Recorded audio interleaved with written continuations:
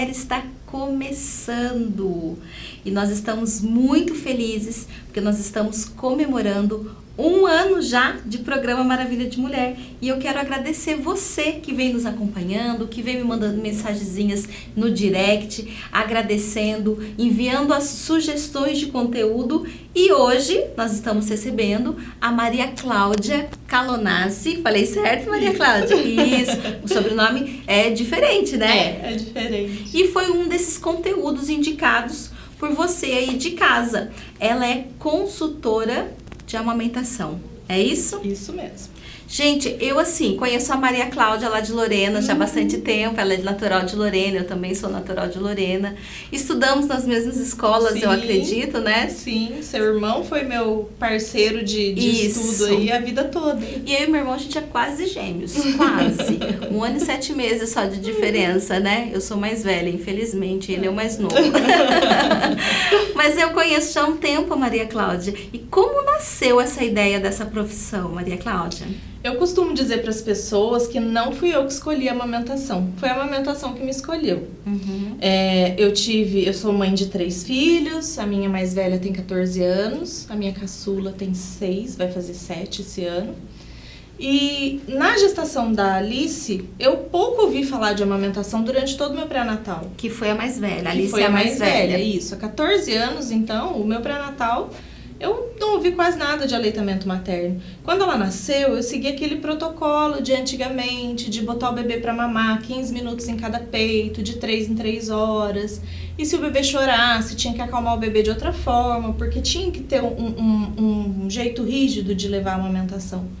E a Alice foi um bebê que chorou muito, teve muita cólica, que demorou muito para se adaptar. E foi um bebê que, quando eu retornei ao trabalho, e na época eu era educadora, eu não consegui prosseguir com o aleitamento, porque não era comum. E você voltou a trabalhar na época com 4 meses? Com 4 meses, como a maioria das mulheres no nosso país, né? E aí tive a Alice, enfim, vivemos aquela experiência com aquilo que a gente conhecia. E com 5 anos e meio depois eu tive o Davi. E a mesma orientação, a mesma questão. Só que na época, uma comadre teve bebê 6 meses antes. E ela era mais antenada, e foi o auge dos blogs de maternidade. E blog era uma coisa que estava muito crescente. O blog era, né, há 7 anos atrás isso? Há 7 anos atrás. Era algo assim surreal, né? Sim, então.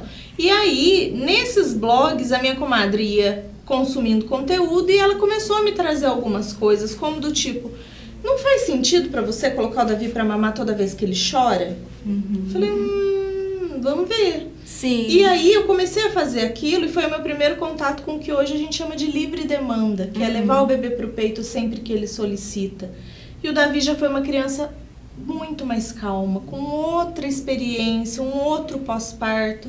E aí eu comecei a me aprofundar nisso e fui acessar os tais blogs que estavam tão em voga. Aí eu me deparei com parto humanizado, o trabalho das doulas, e aquilo cresceu no meu coração, porque pensa bem, o momento do nascimento, a gente comentava ainda há pouco essa experiência de trazer um bebê para a vida, é algo muito especial. Muito. Então, no meu coração, o desejo era, quando o Davi tiver maior, vou fazer um curso, vou me tornar doula. Quero ajudar as mulheres a parir. E era isso que eu tinha na minha cabeça, no meu coração. Sim. Não tinha essa visão de uma profissão, de uma consultoria, nada disso, né? Nada disso. E a consultoria, ela foi se chegando na minha vida de forma completamente informal. Eu comecei, aí nesse período eu queria muito me aprofundar e saber mais sobre o trabalho das doulas. E aí, no meio de tudo isso, ainda pensando, volto a dar aula, não volto a dar aula, eu estava afastada da educação nesse período que o Davi nasceu.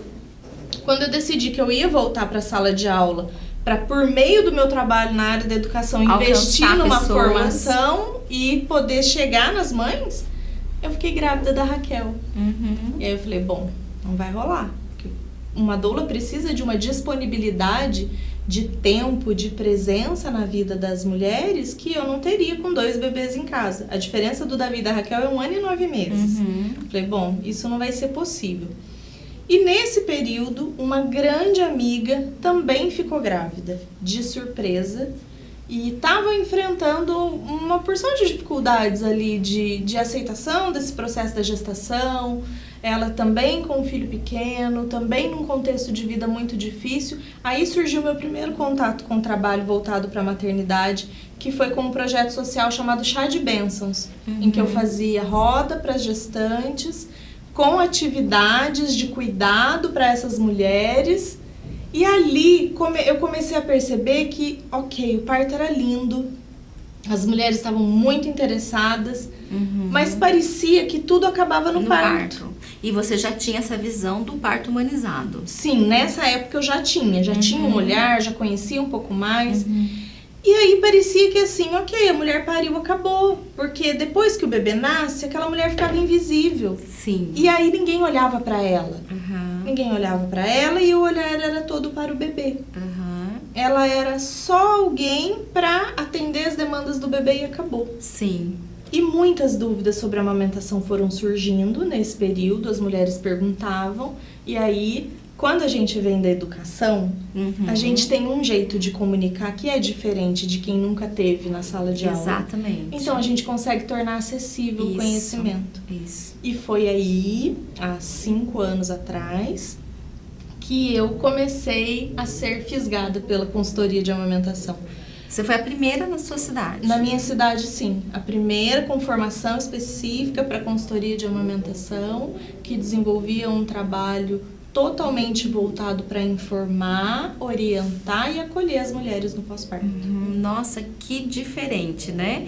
E, Maria Cláudia, você percebe uma ligação entre a sua formação na educação e o que você faz hoje? Você acha que lá atrás você já tinha, assim, eu penso muito assim, que Deus já estava te encaminhando para esse trabalho? Eu acredito que sim. Hoje, olhando para minha trajetória e vendo o quanto, assim, enquanto as pessoas da minha turma ali de formação e colegas de trabalho estavam 100% focadas na criança, no conteúdo que ia dar, no calendário que ia cumprir, eu ficava olhando para as mães. No quanto para aquelas mulheres, muitas vezes, deixar o filho na escola pela primeira vez era um desafio, o quanto ela não sabia o que fazer com aquela criança em casa. Porque a gente, hoje tem uma frase que é muito falada, que é do Dr. Michel Odan, que é um obstetra humanizado, e ele fala que a gente muda o mundo se a gente mudar a forma de nascer. E é muito bonito mesmo, mas não é só isso. Sim. A gente muda o mundo quando a gente muda a forma como as pessoas recebem esses bebês e vão educar essas crianças. Então, lá atrás, eu acredito que Deus estava me mostrando que alguém precisa olhar para as mães.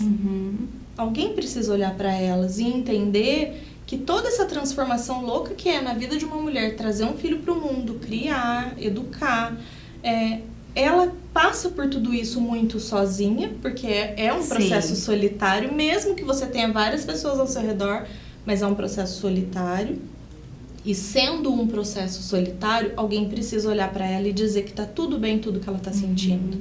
Até porque senão vem essa cobrança, né? Sim. Da Mulher Maravilha que não existe, né? E o programa justamente tem esse nome, que é Maravilha de Mulher, porque nós somos uma maravilha de mulher, mas nós não damos conta de ser a Mulher Maravilha, né? De dar conta de tudo e de estar tudo perfeito, né? E com a maternidade também vem essas cobranças, né, Maria Cláudia? Da casa arrumada, de tudo no lugar, do brinquedo que não pode estar fora, né? Da visita que chega e que não pode encontrar nada de desarrumado, que a mulher tem que estar bonita, arrumada, né? E todo esse processo. Então, vamos dizer assim, a pessoa está lá gestante. Ela começa já um processo de consultoria com você. Em que período da gestação é importante? O ideal seria que todas as mulheres passassem por uma consultoria de amamentação no pré-natal a partir da 30ª semana. Porque quando a mulher completa 33 semanas, dali para frente, a cabeça dela já está completamente voltada para o nascimento. Então a concentração dela diminui, o interesse em aprender diminui, a energia do corpo diminui, porque ela fica mais cansada, a barriga pesa mais. Então, as 30ª semanas são assim um marco para se preparar para a amamentação. E o que ela vai se preparar ali naquele momento? Ela vai entender o que ela vai encontrar depois que o bebê nascer, porque ninguém fala pra gente. Sim, é verdade. Essas, é uma caixinha de surpresa, né? As pessoas explicam o parto. Olha, se for normal, você vai sentir dor, vai ter tantas horas de trabalho, não sei o que, papapá, e a cesárea é assim, é assado, a recuperação é assim, assado. Ok, o bebê nasceu, e agora? Cadê o manual? Porque a gente leva pra casa e olha pra ele e fala assim, tá, eu faço o que com essa criança agora? Porque ninguém preparou a gente pra isso. Exato. Aí minha mãe foi embora pra Lorena, muito brava comigo por sinal, porque ela ficou comigo um finalzinho da gestação. E aí o Antônio nasceu e ela foi embora com 1 semana só pra Lorena. Porque ela disse, eu vou embora que eu não tenho o que fazer aqui, porque ela não me deixa fazer nada. Mas eu tinha, Maria Cláudia, na minha cabeça essa coisa do tipo, eu preciso dar conta de cuidar dele. Então é uma dor que eu vejo que minha mãe tem enquanto vó até hoje, que eu não deixava ela nem dar banho na criança. Então eu peguei aquela responsabilidade de vou ser mãe pra mim, e aí ela ficava só me ajudando muito, claro, né, auxiliando com a casa, com o almoço, com a roupa, mas o cuidar da criança eu quis assumir só pra mim, sabe? Do tipo, eu que acordava de madrugada, eu que amamentava, eu que dava banho, eu não queria, se a criança precisasse trocar, eu que trocava. É normal isso? É normal, e é a dor da sua mãe é a dor da maioria das mulheres da rede de apoio das gestantes e puérperas. Porque as pessoas não entendem que cuidar do bebê realmente é tudo que a gente dá conta. É nosso isso, é a gente que tem que fazer mesmo. A ajuda, a rede de apoio que a gente tanto precisa é justamente para fazer as outras coisas. É para cuidar da casa, é para cuidar da roupa, é para lembrar a gente de comer, de tomar banho. Sim. Mas o bebê é nosso. E é a única coisa que a gente quer fazer mesmo. Então isso é uma realidade hoje. As pessoas querem ajudar a cuidar do bebê. Mas a mãe fica sem respaldo nenhum. E aí às vezes ela tá recém-parida, recém-operada, limpando casa, fazendo comida, e a rede de apoio tá com o bebê no colo. Sim, é verdade. Sendo que tem que ser o contrário, né? Exatamente. Então fica uma dica até para quem tá em casa, que tem aí uma gestante, né? Então ajudá-las nesse serviço aí como rede de apoio. Gente, que conteúdo maravilhoso, né? Leve, super leve. O programa Maravilha de Mulher vai para o intervalo, e no próximo bloco a Maria Cláudia vai explicar, ela trouxe aqui os seios e ela vai explicar um pouquinho de cada um deles, tá? Fique aí, não saia daí que nós já voltamos.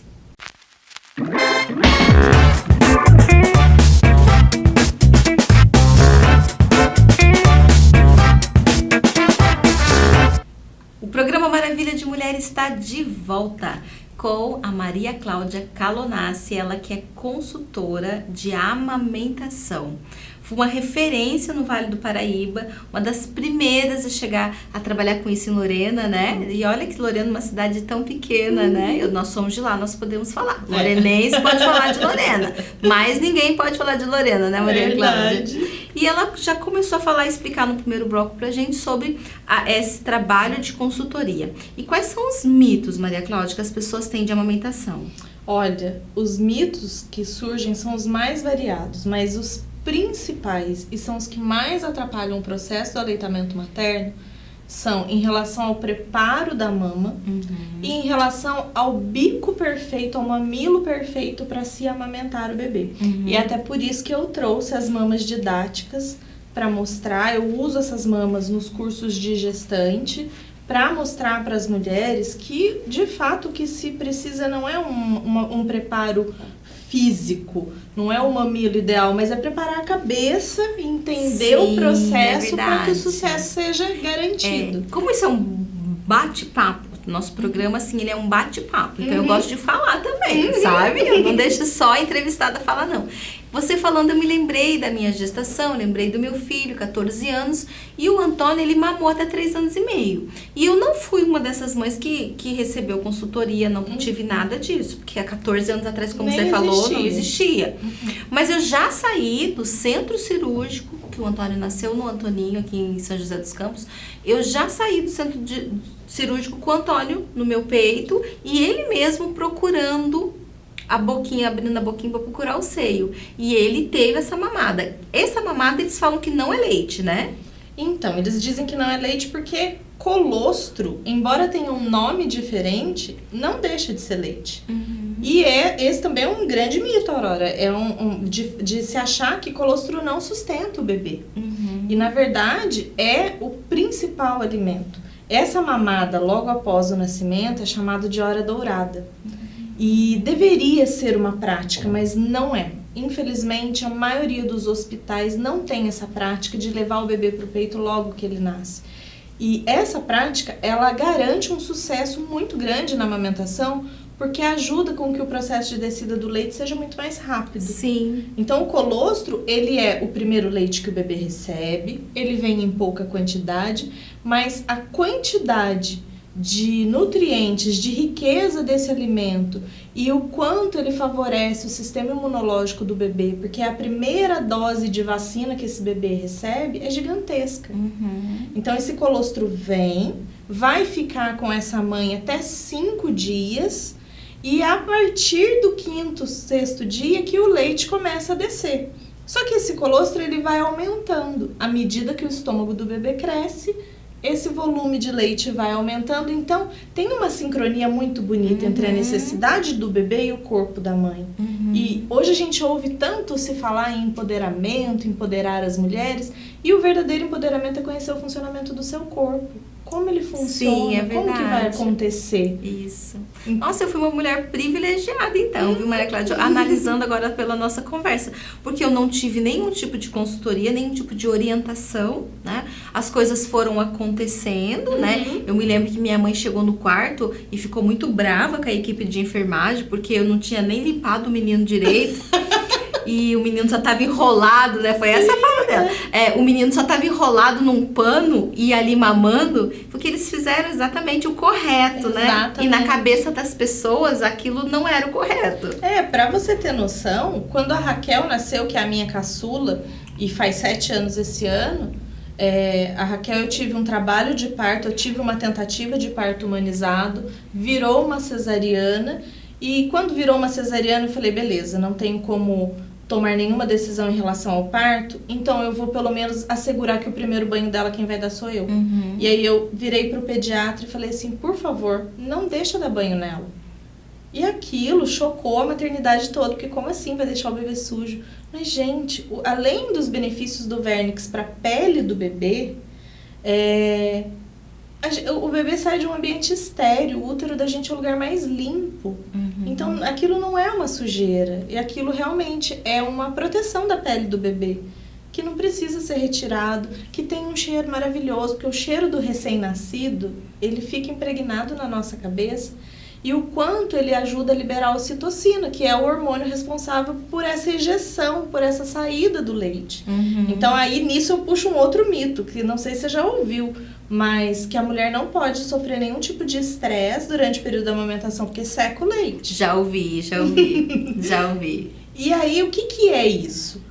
Justamente essa exposição ao estresse aumentam os hormônios estressantes no corpo da mulher, aumenta o cortisol, e a ocitocina ela é um hormônio muito sensível. Então, ela, em qualquer situação que a mulher tenha de desconforto, de medo, de dor, de pressão, a ocitocina ela para de agir. Então o corpo tá lá, tá produzindo leite, mas esse leite não sai. E ele não sai porque a mulher tá passando por uma situação de estresse. Então não é que vai secar, mas dificulta o processo de liberação. E quando o bebê vai para o peito logo que ele nasce, primeiro que a mulher já está toda tomada de ocitocina pelo trabalho de parto. E segundo que esse contato, essa emoção de receber seu bebê, de botar ele no peito, isso libera muito ocitocina, o que facilita essa descida do leite. Gente, também. Olha que bênção. E eu passei por isso e não sabia nada disso. E aí o Antônio pegou, né, outra coisa. Só que aí eu também fiz uma coisa certa, que foi livre mamada. Eu também fiz, mas fiz por instinto. Porque eu morava sozinha, eu, ele, meu marido, e aí não tinha parente perto, minha família toda de Lorena. Então o menino chorou, punha no peito pra acalmar. O menino chorou, punha no peito pra acalmar. Mas era mais, olha pra você ver, Maria Cláudia, era mais um medo de atrapalhar a vizinhança, porque eu morava no apartamento e eu não queria que o menino ficasse chorando.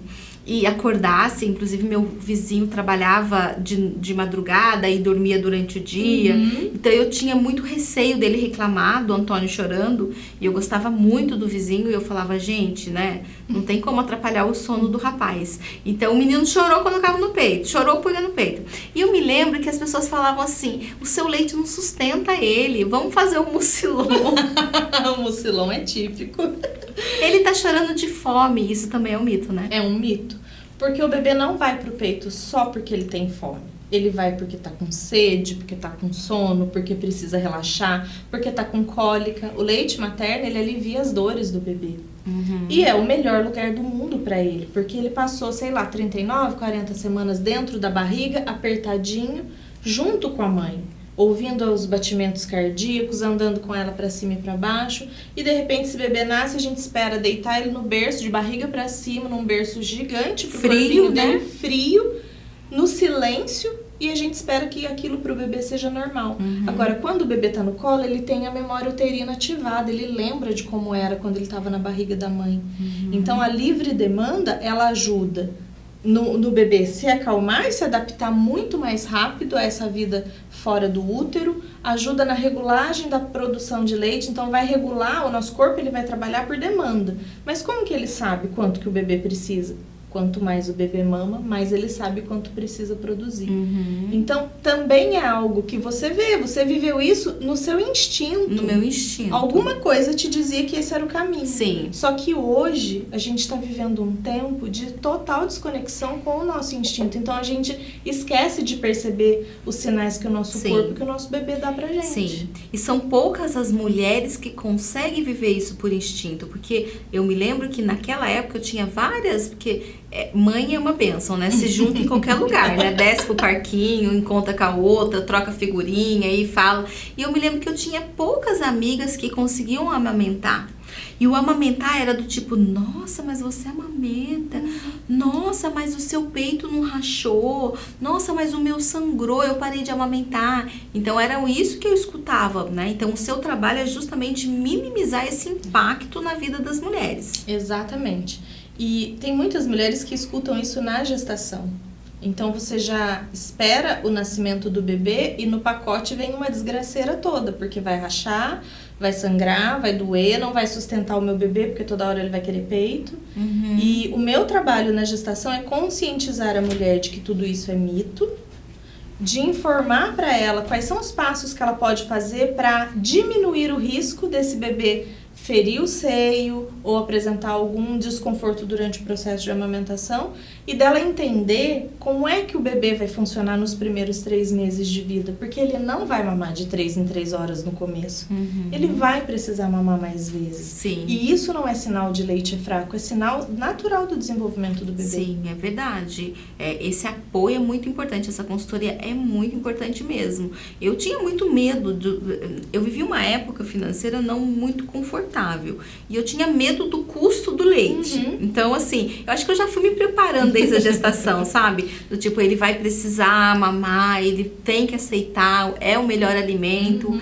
E uma coisa que você falando, eu tentando lembrar, eu não me lembro de ter o seio rachado, nada disso. Eu não me lembro de ter uma dor referente a isso. Eu acho que tive dor, claro, acho que todo mundo tem, né? Mas eu acho que dentro de um padrão de normalidade. Eu acho que o amor que eu tinha pela amamentação era muito maior do que a dor que eu estava tendo. E é isso mesmo? E assim, nem todas as mulheres vão passar por esse sofrimento de peito rachado e de dor. E o início da amamentação é a chave para a prevenção de tudo isso.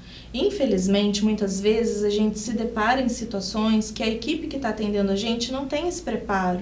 Então, acha que precisa prensar o peito, segurar a cabeça do bebê, mas não vai alinhar a postura dessa mãe, o jeito que essa mãe está segurando, então o bebê vai e pega errado. Outra coisa que pode acontecer é esse bebê ter algum probleminha na língua, vem com alguma limitação no frênulo lingual, e aí precisa de uma avaliação para ver se é isso que está machucando. Só que já se tornou uma coisa normal, vai amamentar, vai sangrar, vai machucar. Então, às vezes, as mulheres ficam ali um tempo sofrendo com dor, até que alguém que conhece o trabalho de consultoria de amamentação fala para ela, por que você não procura uma consultora?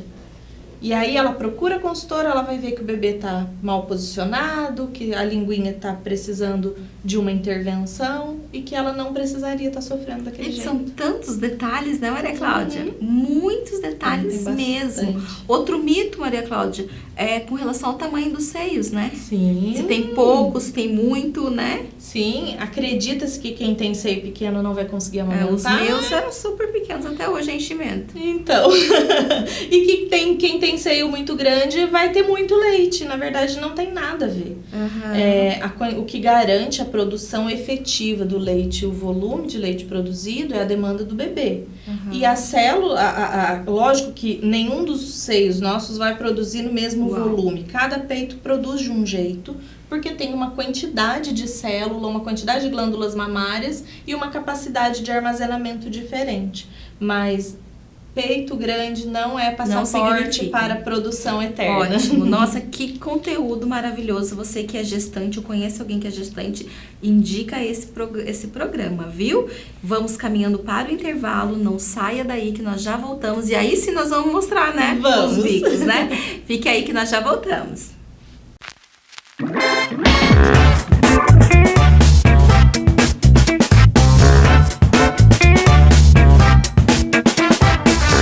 O programa Maravilha de Mulher está de volta com a Maria Cláudia Calonassi, ela que é consultora de amamentação, e eu estou revivendo meu passado, lembrando da minha fase de amamentação. Acho que foi a fase que eu mais curti, viu?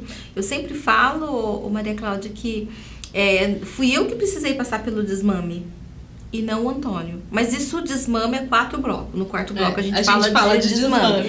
Mas eu que precisei passar, né? Porque eu acho que é uma fase tão especial na vida das mulheres, né? E eu ouvi muito disso. Eu tenho poucos seios, muita gente, né? Voltando a falar de mitos. Falava que provavelmente eu não teria, que seria difícil, que meu peito não ia dar conta de amamentar o menino, porque menino mama demais, também né? É outra questão. Que sente muita fome.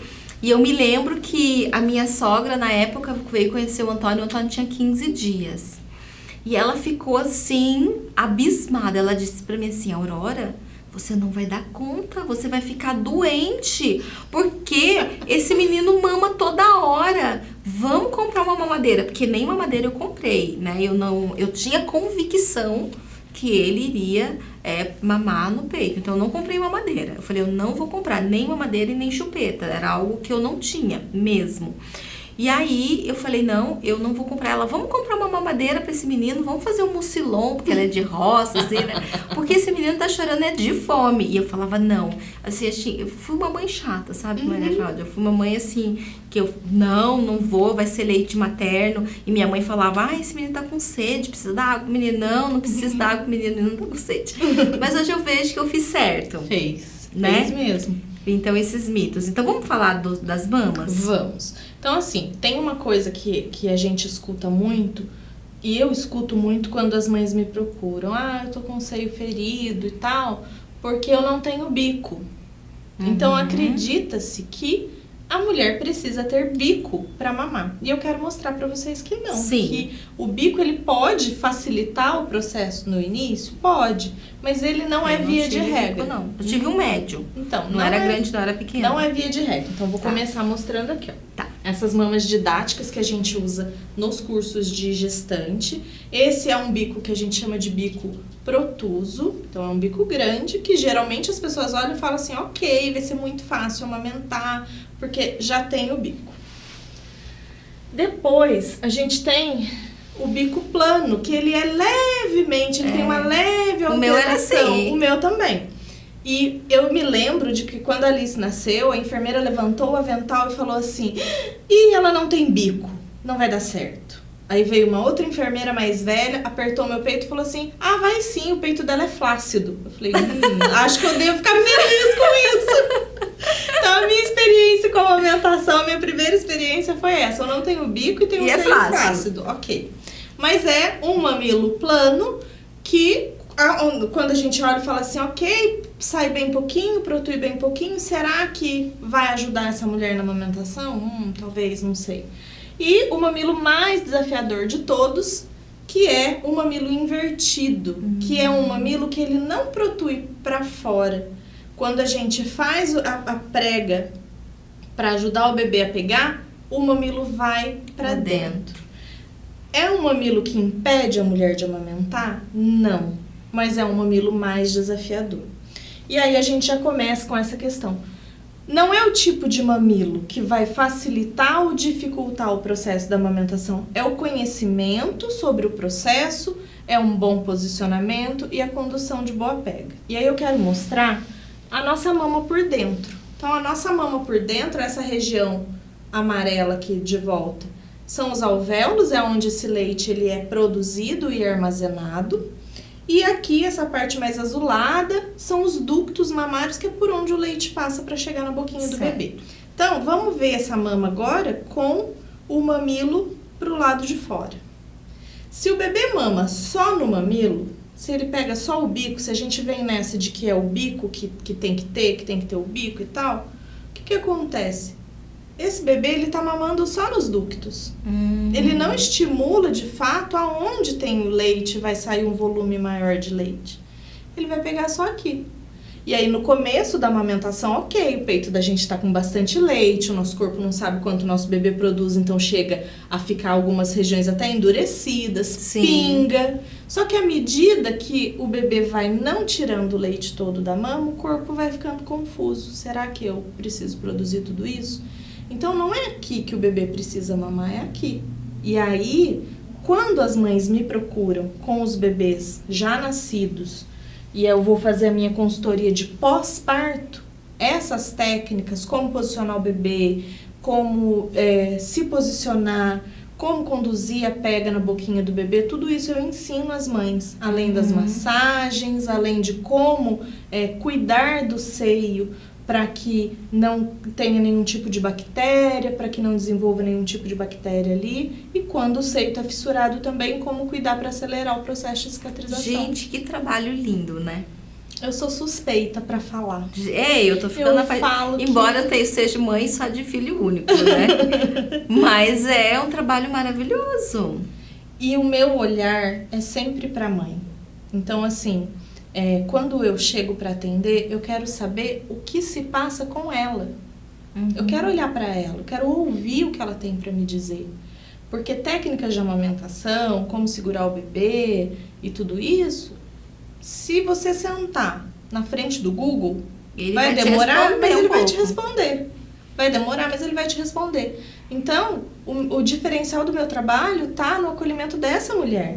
Nessa escuta, né? Dessa dor dessa mãe, né? Sim, dos medos que ela tem. Porque imagina só, uma coisa, Aurora, o bebê tá aqui na sua barriga. Sim, protegido. Você anda, vai, faz, acontece, você come a hora que você quer, você toma banho, sua vida flui.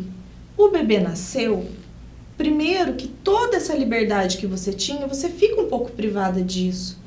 E segundo, você olha para aquele pacotinho de 49, 50 centímetros ali, que transformou a sua vida, e você se sente tão responsável de ser a tal da Mulher Maravilha, de não deixar nada de ruim acontecer para aquele bebê, e ao mesmo tempo de não saber exatamente o que esse bebê precisa, e ninguém tá te olhando, ninguém te escuta. Sim. Porque o que querem, o que esperam da mulher? Que ela esteja feliz porque ela teve um bebê, sim, que ela consiga manter o padrão de vida que ela tinha antes de ser mãe, seja no âmbito profissional, na questão do relacionamento conjugal, na questão do cuidado com a casa, e que ela se sinta plenamente feliz 24 horas do dia. Isso não é real. Isso não é real. E a gente, às vezes, vai sentir tristeza, vai sentir cansaço, e não tem nada a ver com o bebê. Tem a ver com a gente. Tem a ver com as mudanças hormonais, porque na gestação o hormônio ele vai subindo. Quando o bebê nasce, esse hormônio despenca de uma vez. Então o nosso corpo ele não tem tempo de se adaptar, ele não tem tempo de aprender a viver com menos hormônio. A placenta saiu, o hormônio da gravidez foi embora. Então olha quanta coisa a gente tem para organizar. É muita coisa mesmo, é verdade. E cada vez mais, Maria Cláudia, as pessoas estão tendo medo, né, de engravidar. Sim. Eu tenho conversado muito com jovens e elas estão postergando essa gravidez cada vez mais, né? Então, antes a gente tinha lá na época da minha avó, que as mulheres ficavam grávidas com 15 anos, 16 anos. A geração da minha mãe já ficava grávida lá com 19, 20 anos. Eu já fiquei grávida com 25, né? Olha já a diferença. E hoje eu tenho amigas de 30, 33, 35 anos que ainda não são mães. Sim. Né? Eu e meu marido, a gente participa da pastoral familiar da Catedral de Lorena. E de uns 3, 4 anos pra cá, a gente colocou uma palestra no curso de noivos que é sobre filhos. Porque nós percebemos que cada vez mais os casais estão se casando para não ter filhos. Sim. E que esse desejo de não ter filhos tem partido muito das mulheres. Isso. Porque é assustador você ter a sua vida transformada. Só que a gente tem caminhado para 2 extremos muito grandes, que é o da gente não se permitir viver isso, porque vai estragar com a nossa vida e a gente não pode sair daquele patamar de mulher que dá conta de tudo, que tem excelência em tudo. E aquela questão que é um outro extremo também, de que filho rouba da gente os melhores momentos da nossa vida. Eu posso garantir que, com 3 filhos, os momentos mais incríveis da minha vida foram com eles e por causa deles. Exatamente. Eu sou melhor por causa deles. Exatamente. A gente começa a mudar a visão e até romper com alguns desafios que a gente vive e dizer não para aquilo e querer mudar por eles, né? Por não querer passar para eles coisas que a gente já viveu, que já sofreu, para ser diferente, né? É o que nos motiva. Já começa que a gente já tem um compromisso de que a gente não pode morrer mais. Sim, virou mãe, verdade. você não pode morrer. Esse é o seu primeiro compromisso. Então, toda e qualquer situação de risco, você já pisa no freio, né? Você nem vai, você não paga mais para ver, porque você não pode morrer, porque você tem um filho. E aí, a gente que tem a preocupação de criar os nossos filhos sendo exemplo. Porque a gente sabe que o discurso não vale de nada. Não vale. A gente tem que testemunhar com a nossa vida qual é o caminho que essa criança precisa seguir. Então, nisso, você come melhor, porque você quer que seu filho coma legumes. Então, como é que seu filho vai comer legumes? Não, então eu tenho que comer também. E por aí você vai melhorando. Então, é um desafio, vira a vida da gente do avesso, mas mostra pra gente a nossa melhor versão. Sim, com certeza. E outra coisa que eu te falar também, que eu me lembrei, eu voltei a trabalhar, porque eu nessa época era funcionária pública, né? Então eu voltei com 4 meses, né? E na época eu falei, bem, vou voltar a trabalhar. Não tirei leite, olha pra você ver, eu não tive consultoria nenhuma de nada. Não tirei leite, nunca usei bombinha, nunca usei nada. E voltei a trabalhar. E nesse período, eu comecei a dar pro Antônio o leite de soja. E o médico, então, com 4 meses, e o médico disse, olha, a tendência é que ele largue o peito. Menina, não aconteceu isso, tá? Posso ser uma curva, fora da curva. Mas não aconteceu isso, e o Antônio ficou mamando até 3 anos e meio. E ele começou depois a entrar com a introdução de alimentos, normal, mas ele não largou o peito. Você sabe me dizer o que aconteceu nessa época? Provavelmente porque enquanto você estava com ele, você manteve o aleitamento no seio. E não só introduziu a mamadeira quando você não estava com ele. Sim. Esse pode ter sido a causa. Ele associou então, né? Do tipo... Com a minha mãe eu mamo no peito. Quando a minha mãe não tá, eu uso a mamadeira. Porque daí era só no caso, né? Engraçado que assim, quando eu voltei a trabalhar, as pessoas falam, você começa algumas semanas antes, e eu não fiz nada disso. Eu falei, não, ele vai pegar, quando eu estiver dando aula, ele vai mamar, ele vai sentir fome, ele vai querer se alimentar. Sim. Então, alguma coisa ele vai comer, né? Sim, eles se adaptam. Eu tenho atendido algumas consultorias de volta ao trabalho também. Que o ideal é que a mãe comece esse processo quando ela vai armazenar o próprio leite, que ela comece esse processo pelo menos com 45 dias de antecedência, para o corpo se adaptar a essa nova rotina, porque a bomba funciona vai tirar, né? E a bomba funciona diferente da sucção do bebê. E para adaptar o bebê também. Sim. Mas uma das coisas que eu falo é justamente isso. A mãe, ela não dá mamadeira pro filho. Quem vai dar mamadeira é quem vai cuidar. O ideal no mundo perfeito, que eu falo que existe um mundo perfeito e existe o que dá pra fazer. No mundo perfeito, a gente não oferece mamadeira, a gente oferece no copo. Mas no mundo real possível, a gente vai usar a mamadeira. Sim. Mas não é a mãe que vai dar. Gente, que maravilha. Nossa, tô amando essa conversa. E nós já estamos caminhando para o quarto e último bloco. E nós vamos começar a falar sobre esse momento de desmame, de volta ao trabalho, que pode ser que muitas mães estejam vivendo esse período, Sim, né, Mar? sim. A gente já volta, viu? O programa Maravilha de Mulher volta já.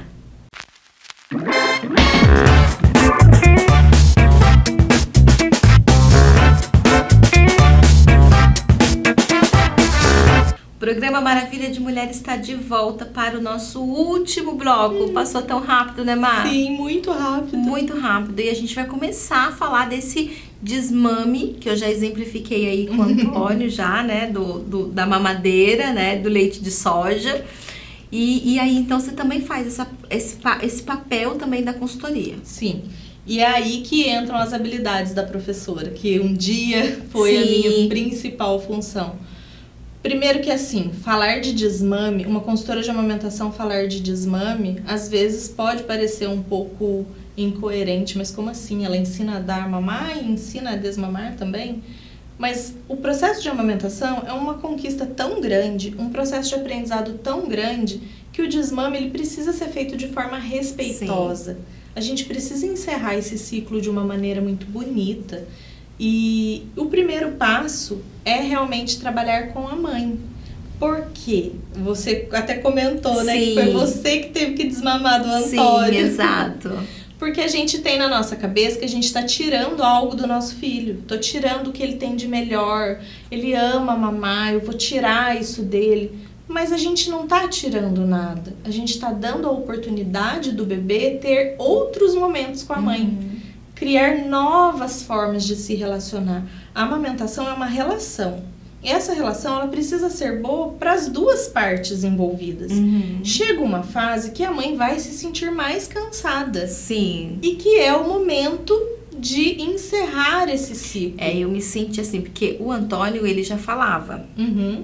Então, ele queria mamar. E ele falava, quer mamar, mamãe quer mamar, mamãe quer mamar. Em qualquer lugar. Por quê? Porque eu acostumei com a livre demanda. Então, isso foi pela vida inteira. E eu me lembro que um dia em Lorena, eu saindo da casa da minha avó, indo pra casa dos meus pais. E em Lorena a gente tem muito hábito de andar a pé, né? Que não é em São José dos Campos, não tem essa realidade, mas em Lorena a gente tem. E eu andando e ele no meio do caminho falando, quero mamar, mamãe, quero mamar, mamãe. E eu já, tipo, desesperada, né? E aí eu falei, não tem onde sentar pra dar mamar pra você. E ele disse, aqui, e mostrou o meio fio. Como se diz, aqui, senta aqui. Senta aqui. Qual o problema, né? E também uma outra coisa, um outro dia também que me chamou muito a atenção foi o dia que eu fui à piscina. E eu estava sentada na piscina com ele e ele foi, puxou meu biquíni, colocou o seio ali pra fora e começou a me mamar em pé como um bezerro ali na frente de todo mundo. E isso me constrangeu. Então foi um momento que eu falei, opa, eu preciso já está no momento de eu começar a mostrar pra ele o que é o corpo dele, o que é o meu corpo. E foi nesse momento que eu comecei a desmamar. E isso é um processo natural que a gente precisa conduzir. Nenhum mamífero desmama naturalmente. Nenhum bebê, nenhum mamífero de espécie nenhuma. Pode reparar que quando chega lá o bezerrinho já está numa idade que a vaquinha sabe que ele consegue se alimentar de outra forma, ela dá um jeito de mostrar para ele que ele não precisa mais do mamar. Então ela dá o coice, ela empurra, ela rejeita. Por quê? Porque ela sabe que ele tem condição de ir para outro caminho. Então achar que um bebê humano vai deixar de mamar sozinho é uma ilusão, porque isso não vai acontecer. Os relatos que eu já ouvi de bebês que desmamaram naturalmente, tinha junto aí uma chupeta e uma mamadeira. Então, teve um plano de fundo aí que tirou esse bebê do seio. Mas o bebê desmamar sozinho, porque não é só alimento, é uma relação mesmo. É o afeto, é o colo, é a atenção. É aquele momento que às vezes a criança tá ali, a gente tá cuidando da casa, tá fazendo mil coisas, e aí o bebê sabe que o quê? Bom, mamar não tem jeito, ela não tem pra onde correr. Então agora ela vai sentar e vai botar o bebê, vai me botar no peito e eu vou mamar. Então, sinalizar isso pro bebê, sinalizar o meu corpo e o seu corpo. Agora a gente vai se relacionar de outra forma. A gente não tira do bebê o colo, a gente não tira do bebê o aconchego, o carinho, o afeto. Então, quando a Raquel completou 3 anos, eu me senti da mesma forma que você. Falei, agora... E a Raquel, ela gostava de mamar em um peito e segurar o outro. Ah, o Antônio também. A gente fala que é a radioteta, porque fica ali Isso, girando o fica outro fazendo lado. Isso, E aquilo começou a me perturbar. Uhum. Eu falei, não, eu tô dando o peito com raiva pra ela. É horrível isso, horrível pegá-la no colo e ficar brava. E ai, que saco que eu vou ter que dar mamar agora. Então não, então chegou a hora da gente encerrar isso de um jeito bonito. Nós fizemos um ensaio de amamentação, fizemos fotos juntas. E quando ela completou 3 anos, a gente encerrou o processo de amamentação. O meu não foi bonitinho assim não, depois eu conto como é que foi traumático. Então, a gente conseguiu fazer, mas nessa época, como eu queria terminar esse ciclo, né? Esse ciclo com ela. Você já estava estudando isso também, eu né? já atendia há 2 anos. Já fazia 2 então... anos que eu era consultora de amamentação.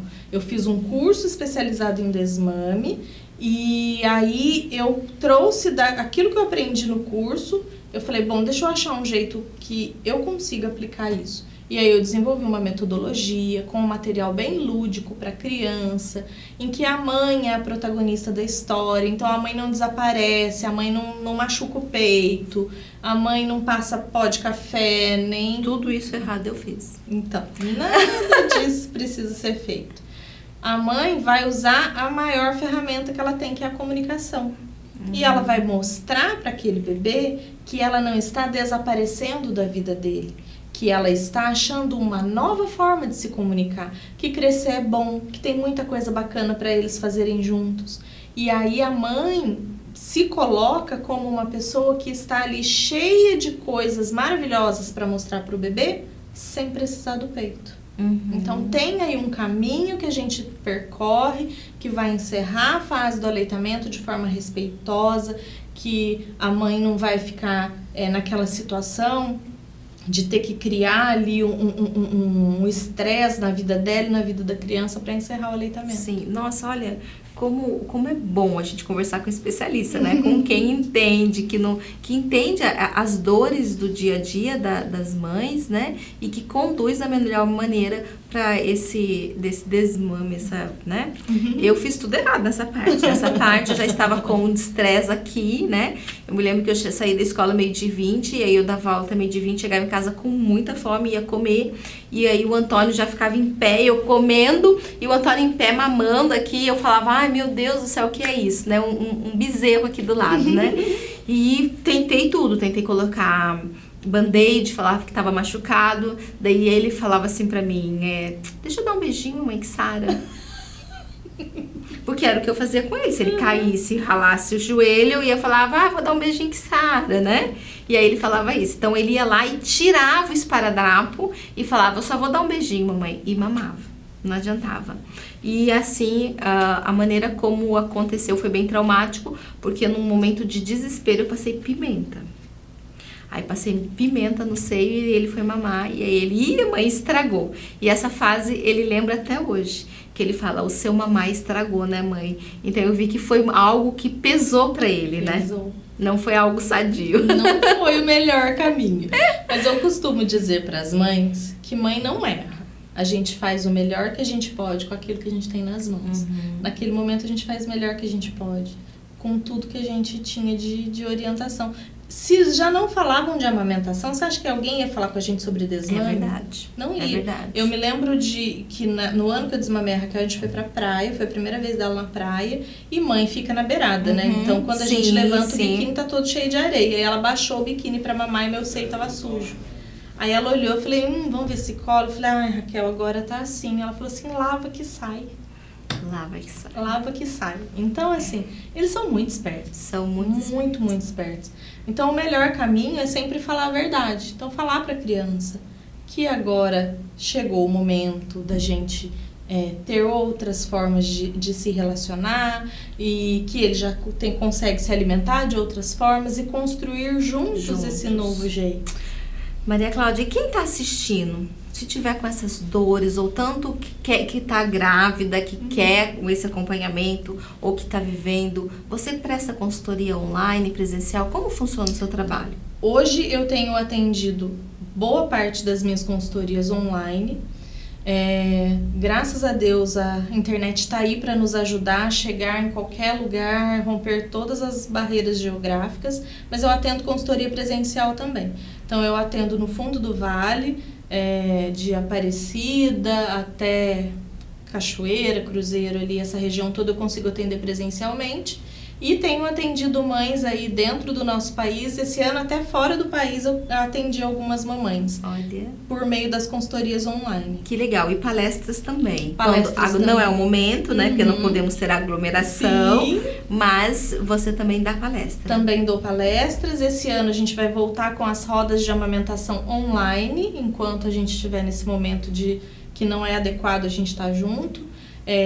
Eu vou voltar com as rodas online, porque informação é uma coisa que eu tenho pra mim e eu falo muito pras minhas mães. Quem me segue no Instagram me ouve falar muito isso. Qual é o seu Instagram? É @macalonassi. Calonassi. Isso. Informação é poder. Uhum. Hoje o maior poder que a gente tem nas mãos é saber o que fazer, saber como agir, saber como fazer. Então informação é poder, informação precisa chegar. Se eu sei o que pode me acontecer no meio dessa jornada, eu vou me preparar para isso e eu vou conseguir tirar o melhor que eu posso dessa situação. Então, eu acho que o meu compromisso maior com as mães é levar essa informação de qualidade, fazer que chegue até elas. Uhum. Você quer deixar algum recadinho especial para as mulheres de casa? Eu quero dizer para você que está gestante que a sua vida vai mudar. E que mudança não é algo ruim, ao contrário, mudança é algo muito bom. Então, vá para essa mudança de coração aberto, não tenha medo de pedir ajuda, busque ajuda de profissionais que possam te orientar da maneira correta. E você que é rede de apoio, ao invés de se preocupar em dar a melhor decoração, em dar o melhor enxoval, em ficar com o bebê para aquela mulher limpar a casa e cozinhar, ofereça para ela a possibilidade de ter um atendimento adequado com profissionais que vão respeitar o desejo dela e que vão ajudá-la nesse processo do aleitamento materno e deixa ela cuidar do bebê. A sua ajuda vai ser muito importante cuidando de todas as outras coisas que ela nesse momento não precisa dar conta. Maria Cláudia, muito obrigada, viu, pela sua presença aqui no programa Maravilha de Mulher. Foi um prazer te receber aqui. Eu fiquei muito feliz também, agradeço de coração a oportunidade de levar informação para as pessoas. Isso. O programa Maravilha de Mulher chega ao final, mas você pode acompanhar toda a programação da Fink TV. Não saia daí, viu? Acompanhe a nossa programação. Até a próxima!